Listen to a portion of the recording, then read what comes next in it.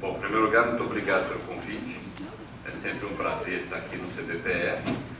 E eu vou mostrar aqui, o presidente falou que é o projeto Sirius. Eu vou rapidamente contextualizar o síncrotron e falar um pouco do VX, e depois eu vou falar do Sirius. E eu vou ter que falar rápido, é muita coisa, é um projeto grande. Então eu vou tentar mostrar para vocês o estágio que a gente está, certo? E aonde que a gente espera caminhar, dependendo, obviamente, da situação econômica do país. O nosso objetivo é concluir em 2018. Bom, então eu começo por que síncrotrons? Existe um conjunto grande de síncrotrons no mundo. Vejam que tem muitas bolinhas nos Estados Unidos, uma concentração enorme na Europa, na Ásia. Ou seja, praticamente todos os países com economias fortes têm mais de um, ou estão construindo ou fazendo uma atualização de um síncrotron. Isso só tem aumentado ao longo do tempo. Existem cores aqui ligadas às chamadas diversas gerações. Eles são equipamentos grandes, eles são originários, se você pegar o DNA evolutivo deles, dos aceleradores colisores. Eles nasceram com o uso parasita dos aceleradores colisores. E depois a importância de síncrotrons na geração, principalmente de raio-x de altíssimo brilho, é que fez com que os governos passassem a financiar projetos específicos dedicados, otimizados para a geração dessa radiação, certo? E maximizando o uso desse equipamento. E eles são operados, em geral, como laboratórios nacionais, no sentido de facilities, né, de instrumentação que o Estado que, em geral, é o financiador, e a comunidade utiliza aquele equipamento de uma forma, em geral, aberta, certo? Através de uma seleção por mérito e, em geral, sem custo, a não ser que você faça um uso como empresa, sem custo para o usuário acadêmico, certo? Do ponto de vista de uso, tá? Muitos deles cobram, você é responsável por pagar a sua passagem, certo? No nosso caso, nós ainda financiamos, damos apoio aos usuários de fora do estado de São Paulo, porque a gente acha ainda importante que essa consolidação dele como laboratório nacional do país seja feito. O nosso sistema de financiamento muitas vezes dificultaria o acesso de vários grupos que teriam mérito para utilizar, mas eventualmente não teriam recursos para se locomover. Mas essa é uma decisão, em particular, da ANEEL. Bom, mas por que isso então? E aqui está ligado esse seminário, aqui, esse evento de instrumentação. É impossível você não conectar a evolução do conhecimento a uma evolução de instrumentação, certo? Elas andam juntas, certo? Você pode pegar desde o começo, dos primeiros microscópios, dos primeiros equipamentos para observar o céu, até hoje o que eu acho talvez um dos maiores projetos que a humanidade já fez, que foi o LIGO, para medida de ondas gravitacionais, que foram décadas de investimento para você conseguir finalmente chegar no equipamento que mede ondas gravitacionais. Eu acho que provavelmente todo mundo vai apostar que no ano que vem o Nobel é desse povo, né? Só não deu tempo esse ano, acho que de entrar na fila. Mas então você vai traçar aqui uma evolução clara, e aceleradores que estão aqui, eu sinto, como eu falei, estão ligados a eles, aqui a altura do LHC, então fazem parte dessa história. E no caso, quer dizer, essas ferramentas, se você agora, em diversas áreas do conhecimento, indo de biologia, passando por ciências dos materiais, farmacologia, mas praticamente qualquer área do conhecimento que você queira imaginar, certo? Mais e mais você precisa responder perguntas do tipo: quais são os átomos que compõem determinado material, como esses átomos se distribuem no espaço, qual a distância entre os átomos. Quer dizer, você tem que ter respostas de espectroscopia, certo? Tem que ter respostas de estrutura para praticamente qualquer material, desde a escala atômica, e hoje seria interessante coisas que vão em diferentes escalas. Você quer estudar sistemas que são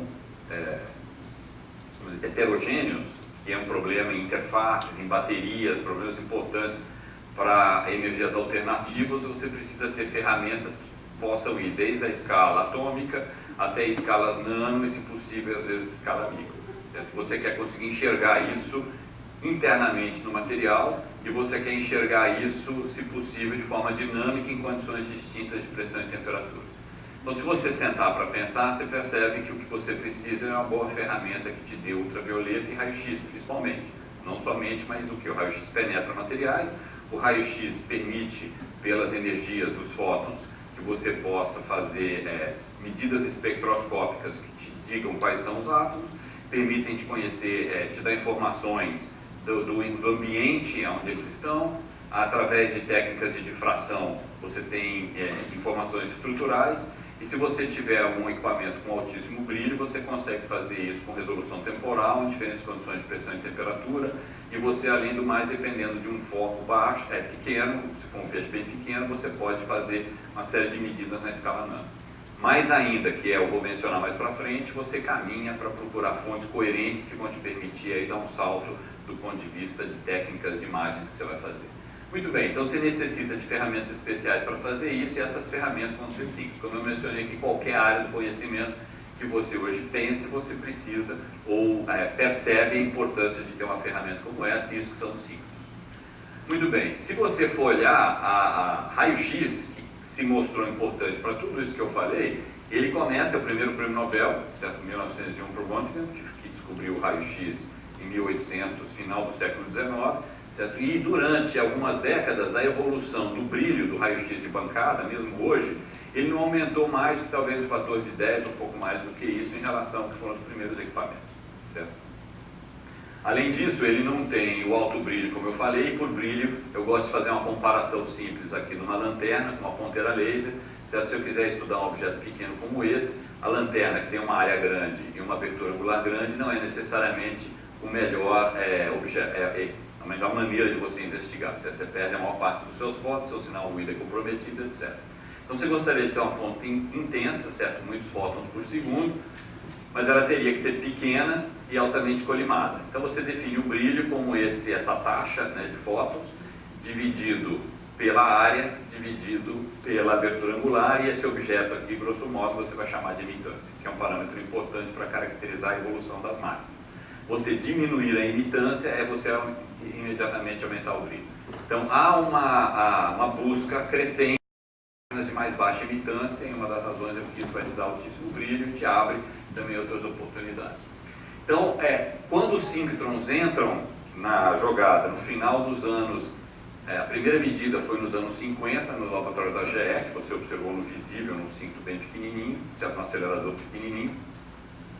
Mas posteriormente começaram a se utilizar na chamada primeira geração os aceleradores colisores de forma parasitária, se pedia no fundo licença para abrir um buraco na câmara de vácuo e extrair raio-x, só que era ruim porque esses aceleradores não operavam de modo contínuo, uma energia fixa, você em geral ciclava, certo? Então era muito ruim para a operação. Portanto, mostrou-se tão interessante que você passa para a chamada segunda geração, quando você tem aceleradores dedicados e você extrair a radiação, principalmente do que são chamados os dipólos, que são os ímãs que têm que estar lá presentes para você fechar a trajetória dos elétrons, certo? Então, ao mesmo tempo que eles são utilizados para definir a trajetória dos elétrons, eles são a fonte de extração do raio-x, que é principalmente como a gente faz no Brasil, certo? No nosso síncrotron lá em Campinas.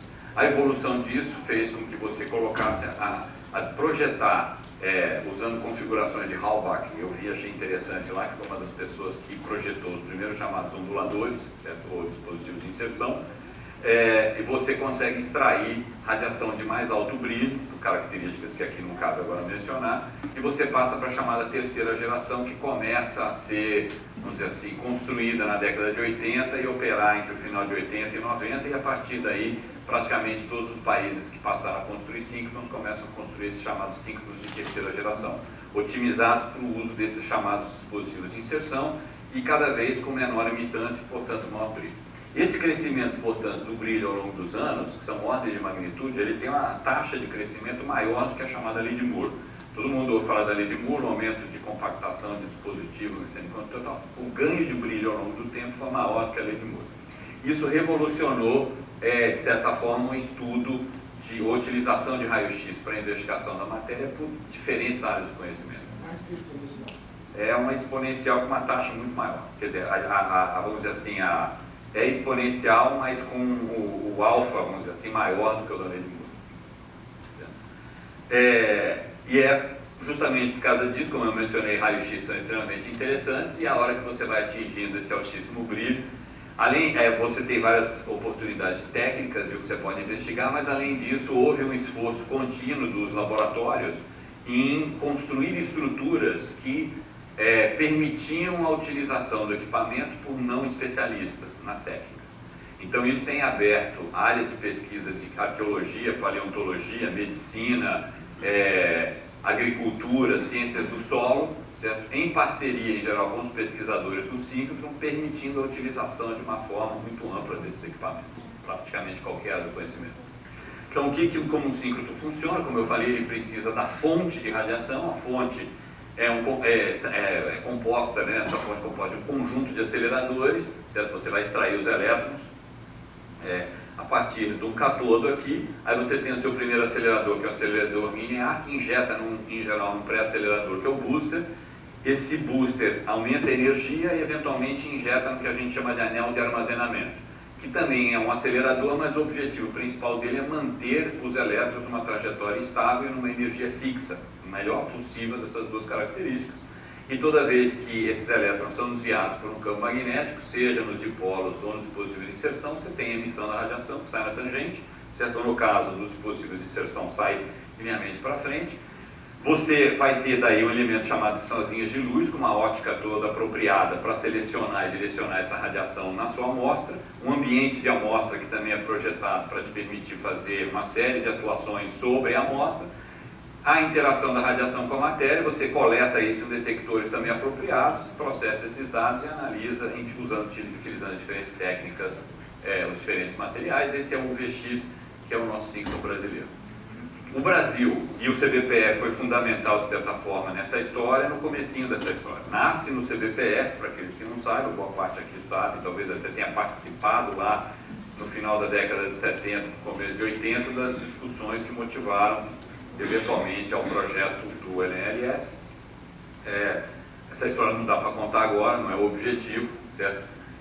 Mas ele tem início formal em 1987, certo? Com muitas críticas à comunidade. Praticamente a comunidade, a SBF na época, escreveu uma carta se posicionando contrária, oficialmente contrária ao projeto, certo? E a comunidade achava que ia ser impossível construir, porque não tinha tecnologia, não tinha competência, ia drenar tudo quanto é recurso do país, e não ia ter usuário, porque também tinham menos de 10 pessoas no país que naquela época tinham usado algum síncrotron. Então todo mundo era contra, porque achava que ia ser um desastre total esse projeto. Apesar disso, tendo o apoio político apropriado, você segue em frente mesmo com a comunidade na época bastante contrária. E o Ministério, na época que estava nascendo, era entre CNPq barra Ministério, no final desses anos 80, e começa o projeto. De fato, não havia competência, certo? O Renato Acha foi o primeiro, isso. Que foi ele que bancou o início em 87. Outras pessoas apoiaram antes, chamaria de pré-projeto. Em 82, se não me engano, 81, 82, tem as primeiras workshops sobre síncrotron aqui no CBPF. Tem um conjunto, tem um volume de palestras que foram dados por estrangeiros, alguns brasileiros e tal. E eu acho que em 81 com publicação em 82. Então as primeiras apresentações sobre síncrotron foram feitas aqui no CBPF. Em 85 é enviado um grupo de 5 pessoas, lideradas pelo Ricardo Rodrigues, que está aqui, muitos de vocês talvez conhecem, talvez, na minha opinião, um dos maiores instrumentalistas do país é o Ricardo Rodrigues. É uma criatividade fantástica e um conhecimento assim, amplo de mecânica, de eletrônica, de projetos, de civil, realmente de ótica de raio-x. Ele de fato tem um conhecimento grande. O Silon era o diretor da época e o Al Kraevich era o responsável pela parte científica. Certo? Que é diferente de como o Sirius está sendo feito hoje, e o papel principal, na minha opinião, talvez seja ter conseguido articular a comunidade e formar esses usuários. Então foram feitos vários workshops, várias escolas para você formar os usuários de tal maneira que quando ele abre para operação em 1997, já temos 160 ou 170 propostas que vão lá utilizar. Certo? Então foi feito trabalho que foi bem sucedido. Hoje nós já temos mais de 1.200 usuários para um universo de mais 3.000 usuários entre Brasil e América Latina, inclusive de outros países também, da Europa e Estados Unidos. A gente está conseguindo ter 1,5% entre americanos e europeus de forma mais ou menos regular. O projeto, eu acho que por um misto de decisões internas e condições político-econômicas, o laboratório foi obrigado a aprender, não somente aprender, mas construir tudo aqui dentro. Dificuldades de importação enormes, se vivia uma inflação que chegou a 80% ao mês em um determinado período, dificuldades orçamentárias brutais, então você não tinha outra saída a não ser fazer aqui. Foram tentadas interações com empresas, foi muito difícil, foi impossível quase arrumar quem fabricasse dentro das empresas os equipamentos para o acelerador.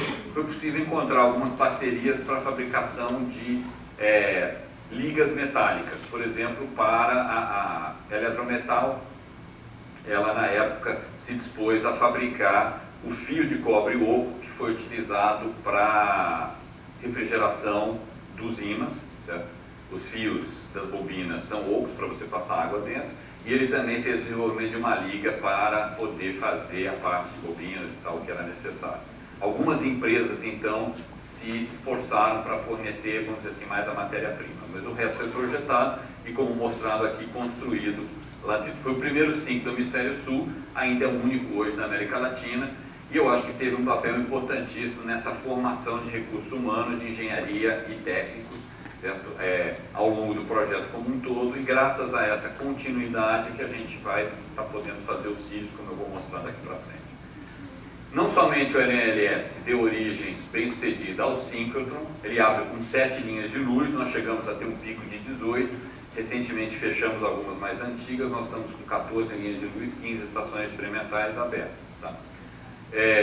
Como ele acabou dando origem por absorção de alguns pesquisadores que atuavam na área de nano, atuavam na área de biologia molecular estrutural, depois houve vamos dizer assim, sistematicamente um projeto para a construção de um laboratório de biologia molecular estrutural, e após em 2008 mais ou menos, que foi 7 para 8 a entrada do projeto do Laboratório Nacional de Ciência e Tecnologia de Bioetanol, em 2009 houve uma reestruturação do campus, que antes se chamava LNLS, e hoje é chamado de CNPEM, Centro Nacional de Pesquisa em Energia e Materiais. Foi na época do Sérgio Rezende que essa decisão foi tomada de reestruturar o CNPEM, que hoje tem 4 laboratórios nacionais, e eu brinco dizendo que o LNLS retornou às suas origens, porque hoje ele voltou a cuidar de síncrotron. O LNLS cuida do síncrotron e hoje o projeto Sirius, cuidado por ele, aqui já mostra mais ou menos a escala.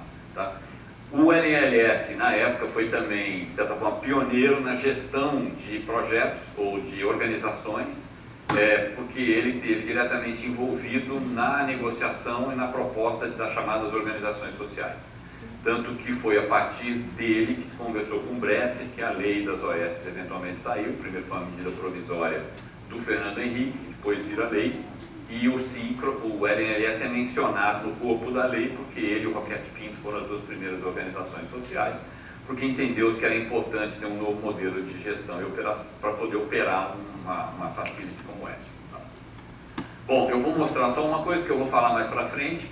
Esse desenvolvimento de instrumentação, ele continua, obviamente, até hoje, sempre continuou. Essa é uma das linhas de luz recentes que a gente abriu lá no VX, certo?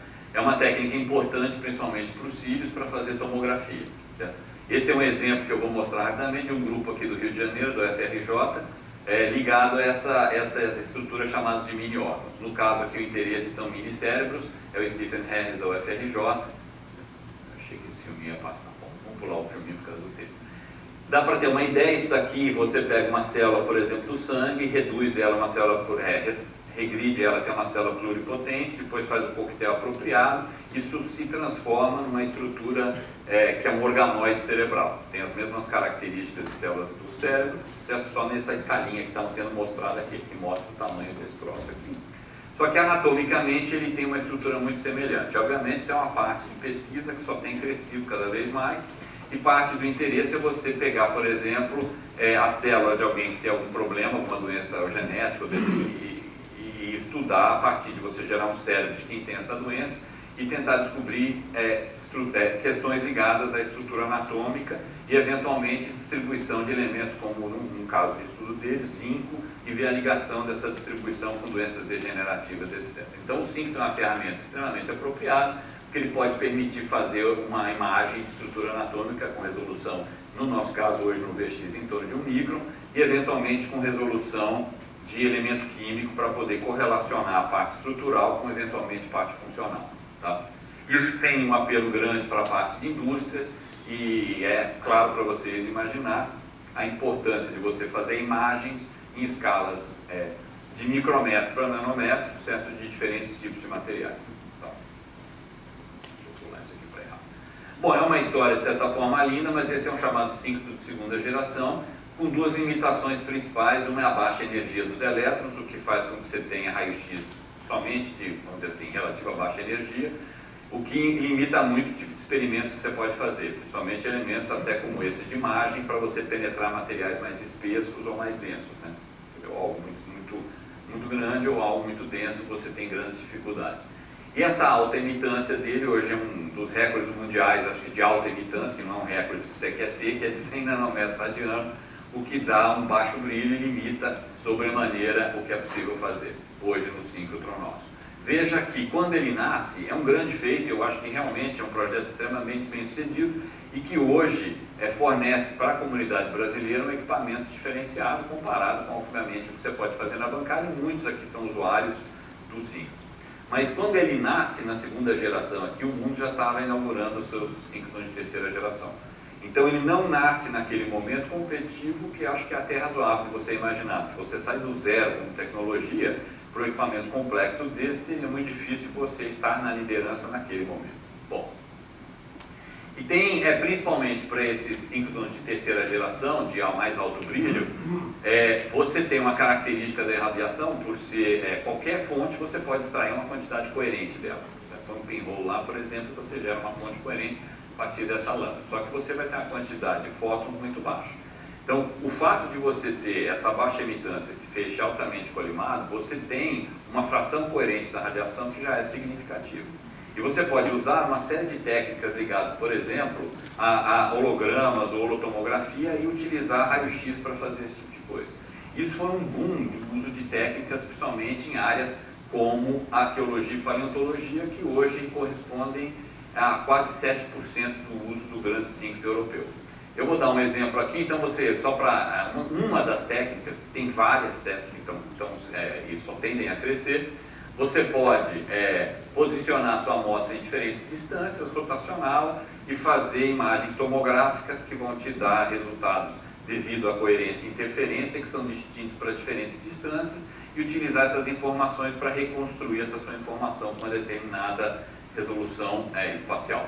Aqui ilustra, por exemplo, um ovo, essa é uma medida que foi feita no SRF, muitos já viram eu mostrar esse filminho, mas isso aqui ilustra mais ou menos o potencial da técnica, certo? Sem destruir o que está aqui dentro, você consegue reconstruir, e são materiais em geral com variação de densidade baixa, o que dificultaria muito você, por exemplo, fazer testes, fazer imagens por contraste de absorção. Então, o fato de você também ter uma frente coerente permite utilizar técnicas que não são somente fazer uma imagem tomográfica por contraste, é simplesmente a diferença de absorção. Muito bem, isso tem aplicações nas mais variadas áreas de medicina, passando por indústria alimentícia, para nutrição, agricultura, ciências do solo, ou seja, praticamente todas as áreas hoje utilizam essas técnicas de imagens cujo contraste para você fazer a imagem tridimensional vai desde densidade eletrônica, passando por contraste de qual é o tipo de átomo, passando por qual é o tipo de estação eletrônica e assim vai. Então, o caminho que se tem para síncrono são equipamentos que têm todo o potencial de raio-x, mas que vão te gerar imagens tridimensionais, cujo contraste que você vai pôr no que a gente chama de voxel pode ser vários. Eles podem ser desde densidade eletrônica, até o tipo de átomo, até a ligação química, até o espectro vibracional, e você vai construir um mapa 3D disso. Esse é o sonho, esse é o caminho que cada vez quer se trilhar mais. Pode ser um momento magnético, etc. Tá? Por exemplo, isso aqui é ilustrando, hoje em dia, na área de biologia, os síncronos estão tentando caminhar para você fazer tomografias de célula, certo? Resoluções nanométricas. Um dos sonhos é você poder conseguir enxergar estruturas do tamanho de proteínas dentro dessa estrutura tridimensional que é a célula e começar a ter um entendimento muito melhor do que você tem dos processos celulares. Tá? E os Sirius hoje, o Brasil hoje está fora desse jogo, por exemplo, que a gente não consegue fazer esse tipo de coisa. Então, apesar de todo esse esforço, você não está conseguindo acompanhar a fronteira do conhecimento. E é por isso que os projetos Sirius começou. O histórico dele começa lá em 2003, certo? Já os usuários assim, né? Antes ninguém apoiava, todo mundo achava ruim, começa a operar e em 2003, 5 anos depois da operação, já estão levantando a mão que era um equipamento novo, né? Então, em 2003, no 13º encontro de usuários, os usuários já discutem a necessidade ou o LNS começar a pensar num novo acelerador. Tá? Em 2006, o conselho do LNLS coloca no seu plano estratégico de futuro, de 2006 a 2009, recomendando que o LNLS forme uma força-tarefa eventualmente para fazer os estudos de um novo acelerador. De fato, em 2008, eu não estava lá ainda, mas foi construído um documento interno fazendo uma proposta de um síncron na época de terceira geração, com mais alta energia, indo para 2,5 GeV, o que a gente tem hoje é 1.37, está quase 1.4, e na época com uma emitância que era bastante competitiva para o que tinha nos síncrons da época, tá? Os de terceira geração. Isso é entregue ao Ministério, e o Ministério, de fato, em 2008, aloca R$2 milhões, que só entram em 2009, para você começar a fazer, de fato, um projeto mais estruturado. É aí que eu chego, em maio de 2009, em cima desse pré-projeto, nós começamos a trabalhar. A gente primeiro faz mudanças da energia, aumentamos para 3 GeV, fazemos uma série de modificações e trabalhamos em 2009 e 2012 detalhando esse projeto. Na verdade, nós tivemos que fazer uma série de coisas, o Flávio estava lá na época, né? Nós tivemos que reestruturar muitos grupos, melhorar a infraestrutura, trazer pesquisadores para a divisão científica, estruturar uma divisão científica. Então a gente foi se preparando ao longo desse período. Os instrumentadores originais tinham? Tinha. Você devia ter talvez lá 30 pessoas, talvez, do pessoal da engenharia da antiga, Flávio. Da primeira geração? Da primeira geração. Daquela foto que você mostrou lá? Quase todos. O Ricardo estava fora, certo? Uma das primeiras coisas que eu fui atrás, acabei conseguindo, foi convencer o Ricardo a voltar.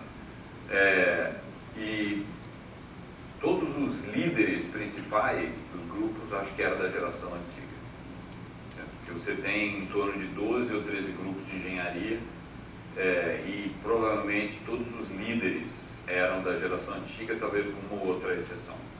A divisão científica essa não tinha, acho que quase não, tinha o Flávio Vicentinho, tinha o Paulo de Tarso. A divisão científica estava mais, não existia divisão científica. Não existia divisão científica. Bom, de certa forma nós tivemos que ir trabalhando, tanto do ponto de vista de projeto, quanto politicamente viabilizando esse projeto. Não tinha terreno, não tinha ainda de fato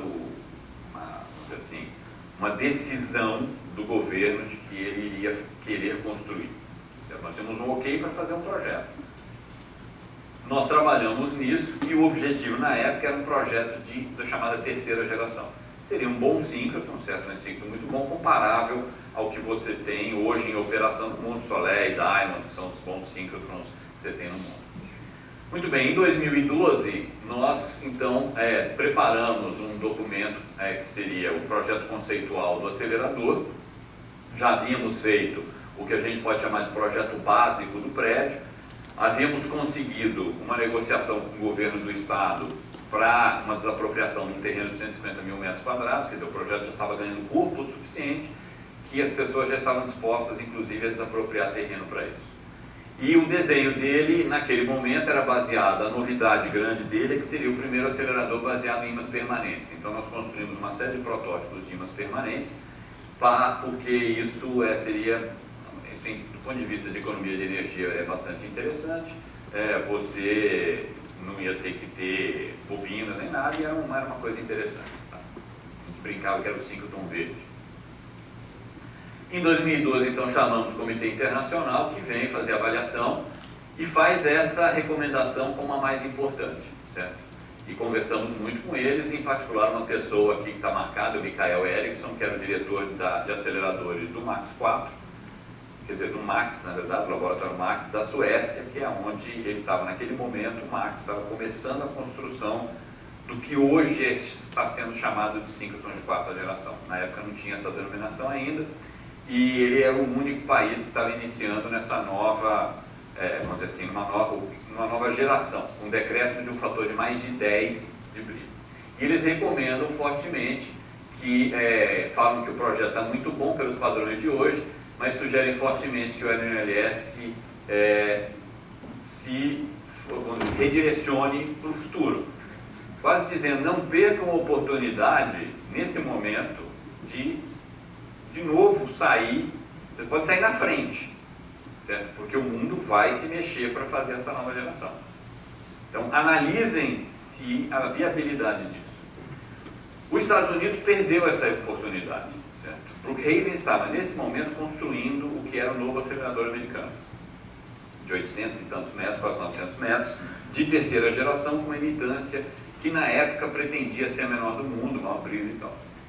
E eles foram conservadores, talvez ou pela estrutura americana, ou seja lá o que for, e poderiam ter mudado a tecnologia ao longo do projeto, mas houve a decisão de não mudar. Então eles poderiam ter sido o primeiro síncrono do mundo a operar nessa nova geração com emitâncias significativamente abaixo de 1.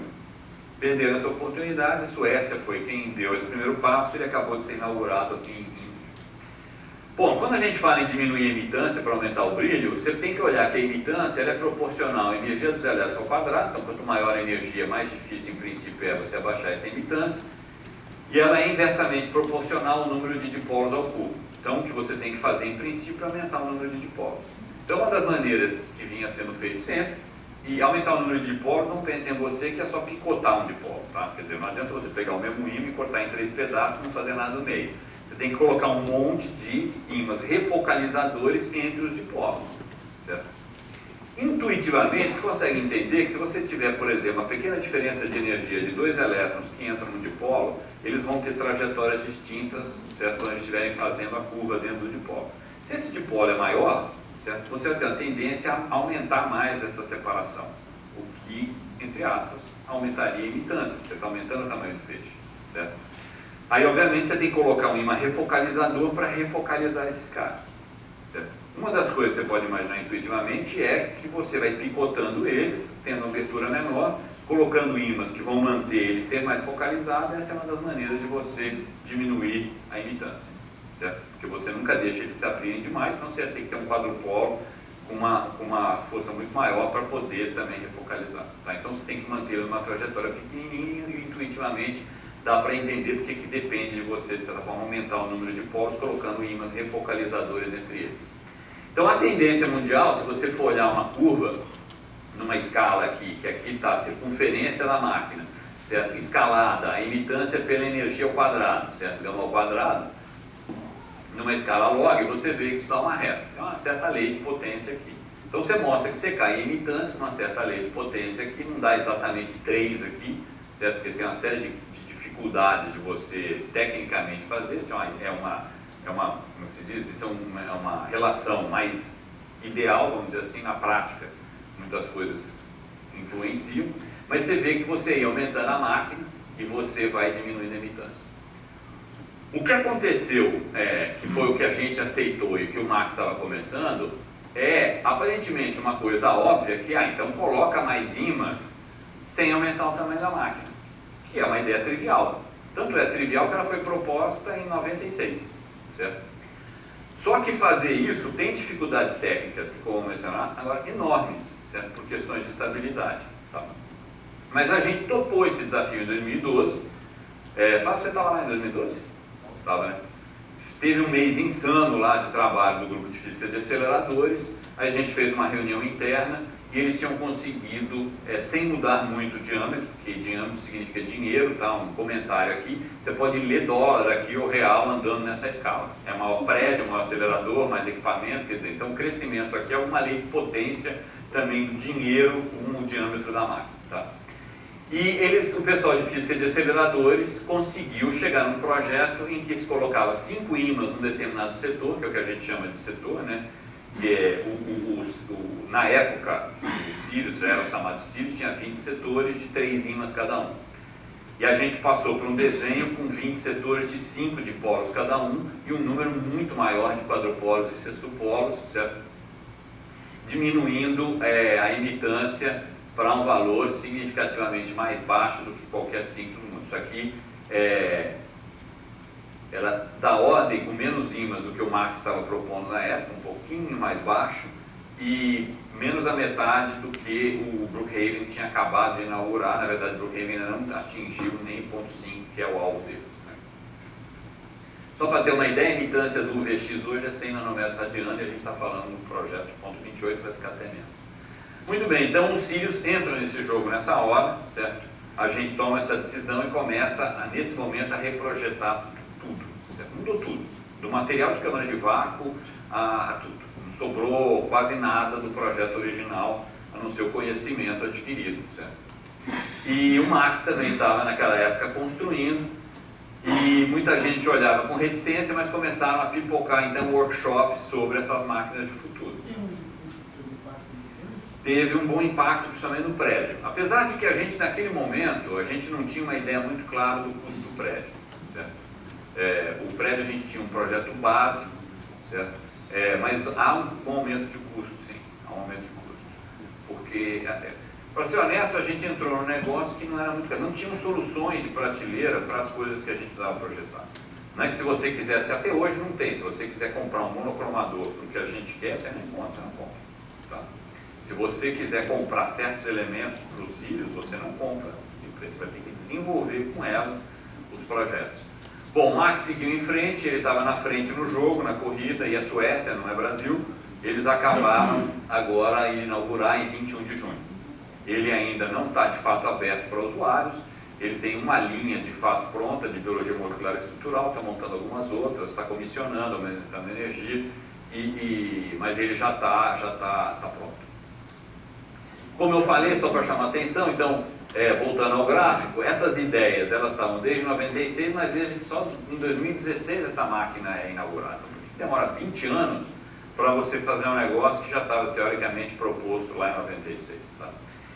O que acontece também é que a partir do Max e do Sirius, todos os outros países começam a se mobilizar para fazer upgrades das suas máquinas. Então o SRF hoje já teve a luz verde para começar o upgrade do grande síncrotron europeu em Grenoble. A Argonne tem o ok para fazer o upgrade do APS lá perto de Chicago, né, no laboratório de Argonne. E Berkeley recentemente teve o ok para fazer o upgrade do ALS, pelo menos para fazer o que eles chamam de fase 1 e detalhar melhor o projeto. Além disso, uma série de outros síncrotrons estão querendo buscar dinheiro. É curioso que você conversa, o diretor do síncrono de Berkeley esteve visitando a gente recentemente, na época do encontrão, e ele brincou dizendo que um dos argumentos que tem sido usado para convencer o DOE a dar dinheiro é que o Brasil vai estar na liderança, tipo assim, até o Brasil vai passar os Estados Unidos. Então não pode, né? Então eles têm que estar na frente. Onde nós chegamos, né? Os desafios de engenharia que são muito grandes, por isso demorou 20 anos, certo? De certa forma, você não consegue, por exemplo, você usa, o fato do LHC ter sido desenvolvido, deu um salto também em tecnologia de vácuo, que permitiu que você conseguisse fazer esses equipamentos, que é o uso de NEG, né, que você tem, na verdade, um pumping distribuído através da deposição de uma liga, que é um getter, certo, na câmara de vácuo. Porque você tem que ter ímãs, os quadrupolos têm que ser muito fortes, certo? Independente se fosse fazer o tamanho maior, quando você vai para uma emitância muito alta, aquela coisa intuitiva que eu falei que abriu, você tem que ter quadrupolos extremamente fortes que rapidamente refocalizem, porque você não pode deixar aqueles elétrons espalharem, certo? Então você precisa ter quadrupolos muito fortes. Para fazer isso, e você quer fazer isso em espaços compactos, certo? Que eu falei, você não quer crescer a máquina. Para fazer isso, você tem que ter um bore radius muito pequenininho, você tem que ter, para ter o campo, o gradiente apropriado, você tem que ter um espaço muito pequeno. Então você tem que ter uma câmara de vácuo pequena, que dificulta o seu bombeamento de vácuo, porque você não consegue ter espaço nem para bombear. A impedância para bombeamento de vácuo também é difícil, então você não consegue nem ter espaço para fazer essas coisas. Então você tem que usar essa tecnologia de getter, que é a mesma tecnologia do LHC. No nosso caso, nós tivemos que migrar para usar câmaras de cobre, por razões ligadas à condutividade térmica, e a parte de condutividade mesmo elétrica ligada à corrente imagem que está circulando na câmara de vácuo. E aí você tem um sistema de feedback rápido, porque você tem que estar toda hora corrigindo a órbita desse elétron, você tem que ter um sistema de leitura de posicionamento desses elétrons com altíssima precisão, você tem que ter um problema de estabilidade de piso, você tem que ter os berços onde você posiciona os ímãs com frequências altas para não tê-los vibrando demais, ou seja, tem um conjunto de complicadores que aparece que dificulta enormemente a engenharia do projeto. Tá? E foi isso que a gente teve que resolver, certo? Do ponto de vista de instrumentação. Como eu falei, todo problema é estabilidade, certo? Em tudo. Ripple de fonte, como eu falei, o sistema de posicionamento de feixe, certo? Eletrônica, o piso, ar-condicionado, estabilidade de temperatura, tudo. Tá? Tanto para o anel quanto para as linhas de luz. A situação das linhas de luz, as suas cabanas são praticamente salas limpas hoje, salas isoladas. Então você tem um projeto. Hoje no VX você vai lá, tem umas cabanas que é de aço ali, você abre a porta, entra. Então, para os fios isso não vai funcionar, certo? Porque a garantia de estabilidade que você tem que ter térmica para a estabilidade dos espelhos, para você poder ter a 150 metros um feixe de 30 nanômetros estável, é isso que você está falando. Nossa linha mais longa vai ter 150 metros e você quer que o usuário vá lá fazer experimentos e tenha um feixe de 30 nanômetros estável. Certo?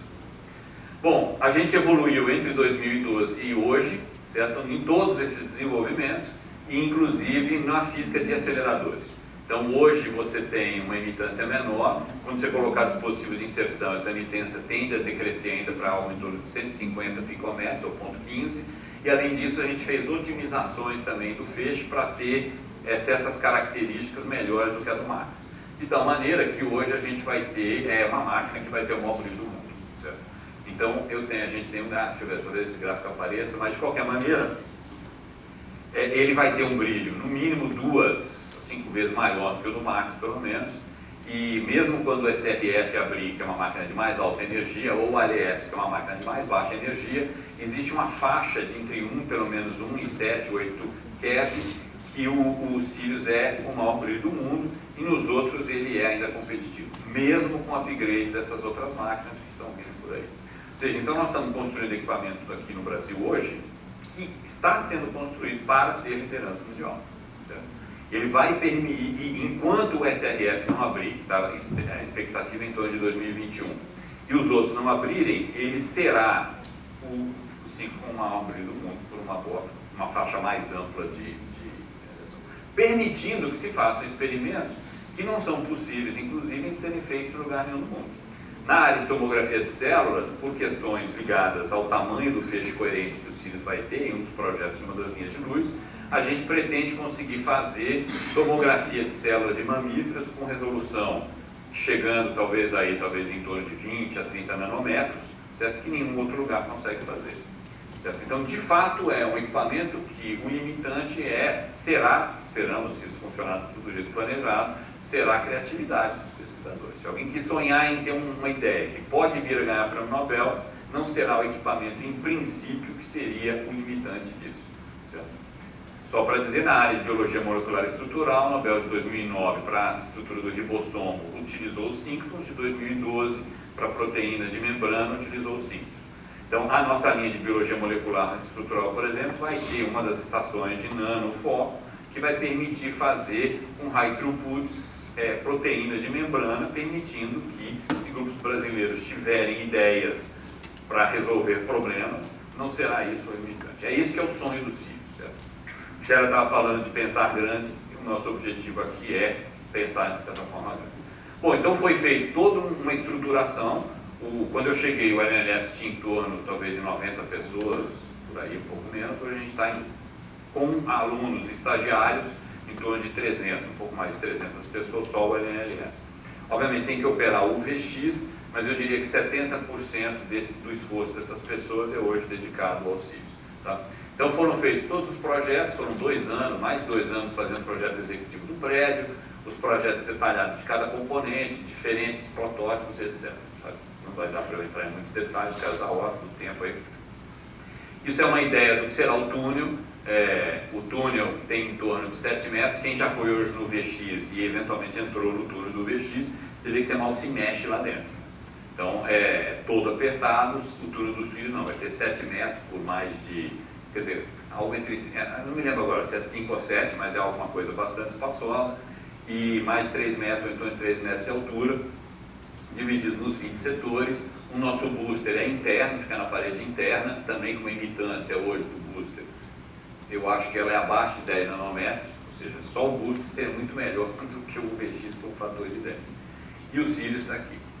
Bom, o LINAC, que é a primeira parte injetora, a gente tem que escolher as batalhas, a gente não consegue desenvolver tudo se você quiser num tempo razoável. Então o LINAC, a gente tinha feito para o primeiro VX um LINAC, a gente achou que não era ali que você ia ter o filé mignon do seu desenvolvimento e decidimos fazer um bid internacional. O LINAC foi comprado da China, o LINAC está pronto, está lá, já foi testado, já foi dado o on-site acceptance, quer dizer, lá, depois tem que trazer e montar. As cavidades, as torres amplificadoras estão sendo montadas, vou mostrar lá. Cronograma: iniciar a montagem do LINAC, que são os chineses que vão vir para instalar no prédio, em setembro do ano que vem, significa agora menos de um ano. Certo? Esse é um grande desafio dado o cenário que a gente está. Nós conseguimos ainda cumprir esse desafio, mas a gente está chegando no que eu chamo de ponto de não retorno para manter esse cronograma, dependendo de como é que das encomendas que a gente tem que fazer na sequência. Tá? Mas eu chamaria que estamos então na reta final do projeto. Tá?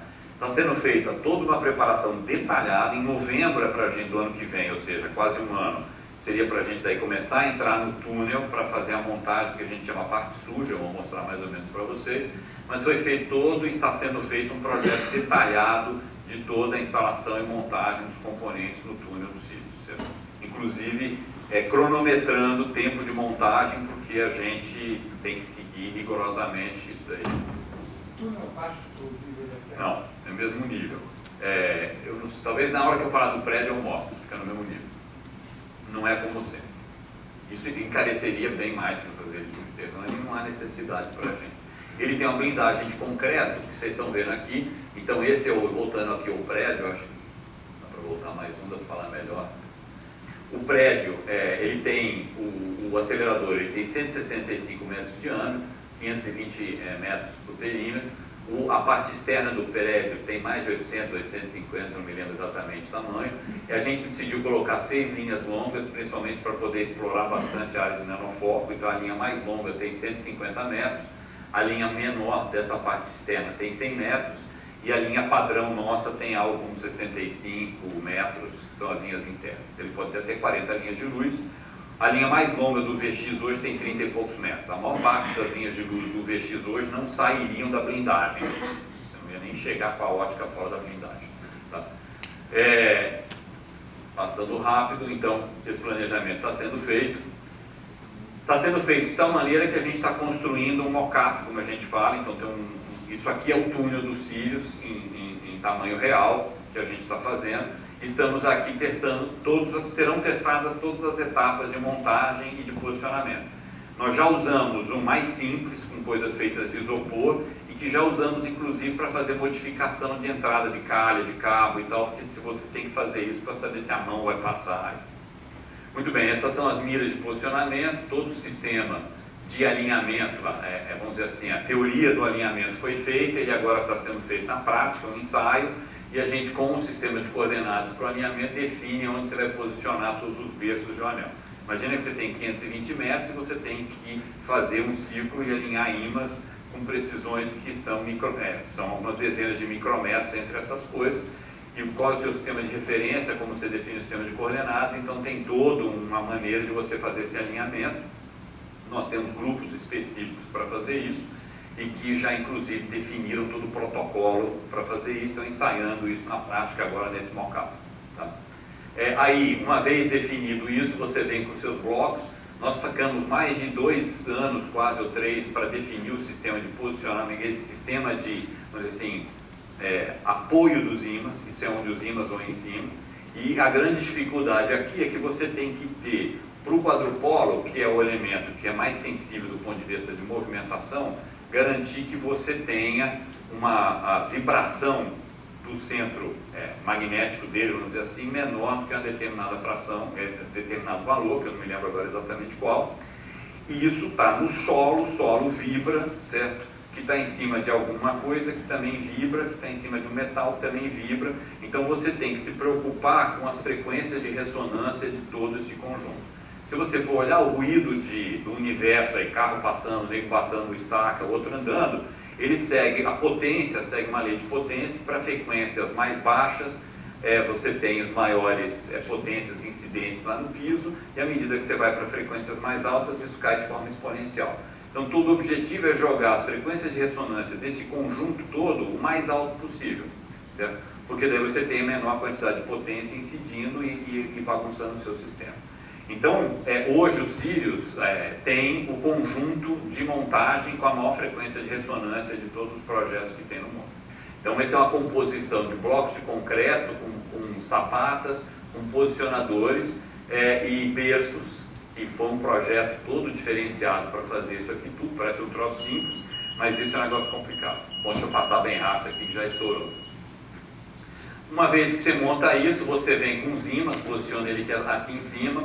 Foi feito um projeto com a VEG para essa montagem, quer dizer, para esse desenvolvimento. A VEG é uma empresa brasileira, e estamos há mais de 4 anos, mais de 3 anos trabalhando junto com a VEG para a fabricação de mais de 1000 ímãs. Já temos todos os do booster praticamente produzidos e vencemos desafios de tecnologia no alinhamento das placas dos ímãs, que hoje a gente consegue montar consegue estampar placas com em torno de abaixo de 10 micrômetros de reprodutibilidade na estampagem e abaixo de 20 micrômetros na montagem dessas centenas de placas. Isso, no início, a gente acreditava, quer dizer, tinha sérias dúvidas que ia ser possível fazer com a VEG. Essa é uma história à parte que eu posso contar, mas isso faz parte do nosso esforço, inclusive, de interagir com empresas brasileiras. Já recebemos vários dos ímãs, estão lá medidos, estocados, esperando para a montagem. Sistema de vácuo foi um desenvolvimento interno, porque a gente precisou assinar com o CERN uma parceria para a deposição do NEG, que é esse troço que está aqui em cima, que é essa liga. A gente desenvolveu todo o processo de deposição. Tivemos que fazer o projeto das flanges, das flanges simples, dos belos especiais para blindagem RF. Todos os componentes de vácuo, tirando válvulas que você vai comprar, foram projetados dentro do MLS. Certo? E depois eles tiveram que o processo de produção, esse vai ter que ser interno também. Então isso foi feito e já está sendo produzido. Tá? Para o anel, está mostrando aqui as primeiras câmaras saindo. Aqui são os cotoquinhos onde tem as flanges. Isso aqui tem depois solda TIG, tem todo um processo aqui complexo. Para o booster, que são câmaras de aço inox mais simples, foi feita uma parceria com uma empresa lá que é quase uma startup da NLS em Campinas. As primeiras câmaras também já foram recebidas e a gente também espera ter o booster quase todo fabricado até o fim do ano. A parte de fontes, foi feito um desenvolvimento longo, tanto do sistema, a gente investiu no sistema de regulação digital, certo? E fontes, tem as fontes de baixa e de alta potência, as fontes ciclantes, que são as mais complexas, elas são mais ou menos 1000 ampere, 1000 volts, ciclando para ir de 150 MeV para 3 GeV, que é a energia final. O Sirius vai operar em 3 GeV com injeção que a gente chama de top-up. Então a máquina nunca vai ter a sua corrente baixando menos do que um certo percentual. É bem diferente do que funciona hoje o VX, que perde corrente, reinjeta, perde corrente, reinjeta. O Sirius não terá isso daqui, então tem uma questão de sistema de injeção que é completamente diferente e a gente está investindo muito também nesse sistema de injeção. Já fizemos 4 protótipos, no momento estamos procurando os fornecedores, talvez a própria VEG possa ser um. Gastamos um tempo enorme, certo, no desenvolvimento da eletrônica, dos chamados BPM, são Beam Position Monitors. Esse é o grupo de diagnóstico, esse grupo que gosta muito também de Open Source Hardware. Tem quem falou de Open Source. Esse é um grupo que talvez valha a pena conversar, é o grupo do Sérgio. Eles têm tanto a parte eletrônica quanto foi feito o desenvolvimento da parte mecânica, que são no fundo antenas de RF, certo? E a gente encontrou empresas brasileiras para usinagem, para a parte de fabricação dos botões de RF. Então tem uma série de empresas que foram envolvidas nisso daqui. Também estamos procurando alguém que fabrique essas placas. São placas, se não me engano, de 12 camadas ou 15 camadas, eu não me lembro exatamente agora essas placas. Tá? Elas encaixam em micro TCA, então ele também se esforçou para ir aprender toda essa parte de conexão de micro TCA. Sistema de RF é um desenvolvimento que foi feito ao longo de vários anos com o Soleil da França. A gente já tem as placas que estamos com, essa é a montagem já da torre do booster, até o fim do ano a torre do booster vai estar montada. A gente já vai colocar o pedido para compra das placas amplificadoras para o RF do anel e deve iniciar a montagem disso no ano que vem. Sistema de controle interlock é fazer o projeto do sistema e o resto são objetos de prateleira que você compra, né? Motores e coisas que você compra para montar o sistema de controle interlock. Envolvimento com empresas, como eu mencionei, a gente sempre fez um esforço enorme, a gente está tendo um sucesso grande. A gente tem uma esperança, nossa expectativa, pelo menos minha, é de que a gente vá fabricar, quer dizer, mais de 70%, ou pelo menos em torno de 70% do cílio seja gasto no Brasil, certo? A maior parte com empresas brasileiras. O nosso maior contrato de aceleradores, de todos os componentes, é de imãs e isso é com a WEG. Mas a gente está fazendo desenvolvimento com empresas que são pequenininhas para essas chamadas fitas de aquecimento aqui, que não tem, quer dizer, hoje tanto o Argonne quanto o Berkeley têm interesse de comprar dessa empresa da Bahia, chamada XAM, passando por empresas de cerâmicas especiais na Gesser e recentemente uma parceria muito bem sucedida com uma empresa lá de CPQD para fabricação de detetores, certo? Esse é um projeto que eu tenho muita esperança, a gente tem apoiado muito, nosso sonho é ter um detector melhor do que os da Dectris, pelo menos por um fator de 10. Nós construímos junto com a Fabesp FINEP programas específicos para atratividade de empresa, num modelo quase de encomenda, certo? Governamental. A gente mapeou vários desafios dos cílios que foram lançados em editais para as empresas poderem pegar recursos para poder se qualificarem para serem fornecedoras dos cílios. Nós fizemos um primeiro lançamento em 2014, se não me engano foi o primeiro, em 2015 saiu o edital, o resultado, em agosto a FINEP e a FAPESP já estavam lançando o segundo edital, de tanto que eles gostaram disso. Rapidamente mostrando a situação do prédio, um prédio de 68 mil metros quadrados, eu vou pular só rápido, só mostrar a foto, tá? Aqui seria um filminho, não sei se vocês queiram ver como é que ele está. Esse é um filme que já tem um certo tempo, esse é o prédio, certo? Ele já está fechando, já está bem mais fechado. Esse é de 29 de agosto, então você vê, já faz mais de mês, né, um mês e meio, então andou bem mais. A estrutura metálica da cobertura já passou da metade. A gente já iniciou a cobertura da primeira camada, são 3 camadas a parte da cobertura do telhado. E também já iniciamos agora a escavação e estacamento do chamado piso especial, que é o piso onde vai estar construído o anel. Tá? Então aqui mostrando algumas imagens. Então aqui a parte de drenagem, aqui o túnel de acesso para a parte interna foi feito, está sendo feito o trabalho da parte interna. Como vocês estão vendo aqui, já começou a cobrir, né, com telhas aqui a parte. A gente espera até dezembro finalizar toda a cobertura dessa primeira fase, certo? E foi iniciada a escavação do túnel especial, do piso especial está aqui. Aqui já até andou mais, que a gente já está cravando, são 1.300 estacas na região do túnel. Essa é uma foto um pouquinho mais recente, ele já está de 33% construída a parte civil, dá para vocês verem que já está bem fechada aqui agora já praticamente fechou todo o anel interno e externo, e agora tem um conjunto grande de trabalho na parte interna do prédio. Tá? As linhas de luz, elas podem ser até 40 nos cílios, a primeira fase prevê 13, mas de fato só 4 devem estar prontas em 2018 se tudo der certo. Só para chamar a atenção, o flash aqui só, que realmente vai ser curto, nós investimos, é para chamar a atenção de uma coisa, nós investimos desde 2009 bastante em infraestrutura. Então, por exemplo, nós estamos montando uma sala agora, especial para metrologia, com estabilidade de temperatura de 0,1 grau, certo? Controle de umidade, e onde você vai posicionar os equipamentos, perfilômetro mecânico, os equipamentos para caracterizar os espelhos para necessidades. Não adianta você não investir em metrologia, a gente tem uma sala de imãs de metrologia para imãs e tal. Você tem que investir em infraestrutura, tem que investir em metrologia, senão você não consegue construir, obviamente, tudo isso daí. Então a gente faz um esforço constante nisso. Então é um conceito de prédio dentro de prédio. Temos um projeto de monocromador que foi construído em parceria com uma empresa holandesa, acabou de ganhar o melhor pôster numa conferência internacional, e tem várias empresas estrangeiras querendo produzir o nosso projeto de monocromador lá. Os front-ends já foram projetados, estão sendo construídos, todas as partes desses itens das linhas de luz a gente espera ter até o começo do ano que vem os protótipos montados. As cabanas, como eu falei, foram todas projetadas, também estão sendo iniciadas. Esse é o projeto que eu falei do detector de raio-x com a empresa BR Photonics. E a gente está iniciando um projeto que é o que a gente chama de ondulador delta. Esse é o tamanhozinho da onde vai ter que ter a câmera de vácuo lá passando. É um projeto extremamente desafiador. E você falou de configuração de rollback, o menor do mundo. Eu acho que você podia conversar com a gente para ver o que a gente não pode te ajudar, quem sabe fazer um menor do mundo aí.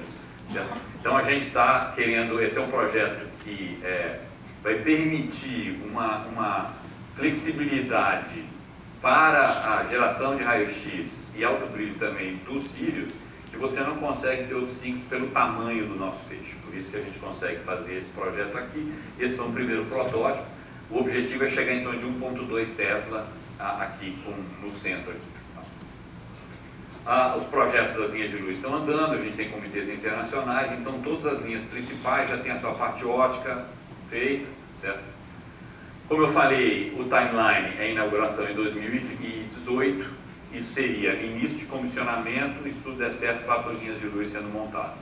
Entre 19 e 20, você ia aumentar a corrente, colocar o sistema de cavidade supercondutoras e trabalhar para a conclusão das outras 9 linhas de luz, tá ok? Como conclusão, eu espero ter mostrado longamente, estourando o tempo aqui, um monte, certo? Que a ciência em si, no Brasil, ou seja, isso é investimento sistemático num laboratório como o Laboratório Nacional, formando gente, investindo em instrumentação, ele em 30 anos sai do nada, do zero, com toda a comunidade não acreditando, para um projeto que hoje está sendo, a expectativa é o melhor equipamento do mundo nessa sua faixa de energia. Então, é possível fazer isso no Brasil, certo? Você precisa ter consistência, certo? Você precisa manter esse investimento. E olha que o duro é que você vive nesses altos e baixos, porque você tem que reconstruir muitas vezes o que você perdeu. O Flávio sabe como estava difícil em 2009 a situação lá, certo? Então, ele está sendo planejado para ser um dos melhores equipamentos do mundo. Esperamos gerar ciência de altíssimo impacto, a alta tecnologia, certo? Inclusive passando projetos para o exterior. Está tendo uma grande visibilidade internacional, certo? Saiu uma matéria na Science antes de ontem, falando da PEC 241 e tal, e a Science queria que tivesse uma foto dos cílios na matéria, certo? Então, o Hector Escobar escreveu a matéria, pediu uma foto, pediu para eu falar qual o possível impacto. Mas veja, foi a Science querendo saber como que isso está eventualmente afetando os cílios, que tem gente lá que já conhece na área de América Latina, etc., que é o projeto. Fora uma série de pessoas e grupos do exterior muito interessados nos cílios. Tem feito inovação, desenvolvimento de empresa, treinamento de recursos humanos, etc. Então, é o que eu chamo de projeto estruturante para o país, certo? E ele tem um mundo de vertentes, desde formação de recursos humanos, tecnologia, inovação, internacionalização, etc., e ele é um laboratório nacional, ele não é um laboratório de Campinas, ele não é um laboratório tal, ele é um laboratório nacional. E cada vez mais a gente tem que ter esse olhar e esse trabalho conjunto, porque ele de laboratório nacional. Certo? Obrigado, desculpa aí enormemente o tempo.